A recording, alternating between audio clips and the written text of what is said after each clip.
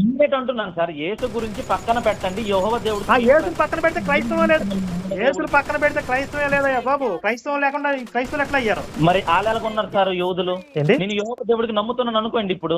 ఆ. టెక్నాలజీ ఎందుకు ఆళ్ళకి ఇచ్చాడు యెహోవా దేవుడు? మనకెందుకు ఇవ్వలేదు ఇవన్నీ కనిపెట్టడానికి అంటున్నాను. యేసుని నమ్మలేదు కాబట్టి వాళ్ళకి ఆ జ్ఞానం వచ్చింది. అది నువ్వు కూడా యేసుని నమ్మడం మానేయ్. ఇప్పుడు నువ్వేం చేయాలంటే యేసు సైతాన్ అని చెప్పు. వాళ్ళు సైతాన్ అంటారు. యేసు వేసికి పుట్టాడు అంటారు. నువ్వు కూడా యేసు వేసికి పుట్టాడు, యేసు సైతాన్ అని చెప్పి నమ్ము. అప్పుడు నీకు కూడా జ్ఞానం వచ్చింది యూదుల ప్రకారం.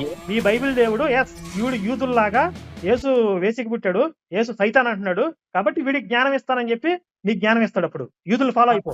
యూదులు యేసు వేసికి పుట్టాడని రాసుకున్నారు. తాల్మూద్ అని ఒక గ్రంథం ఉంటది. తాల్మూద్ లో యేసు వేసియా పుత్రుడని రాసుకున్నారు. ఆహాహా.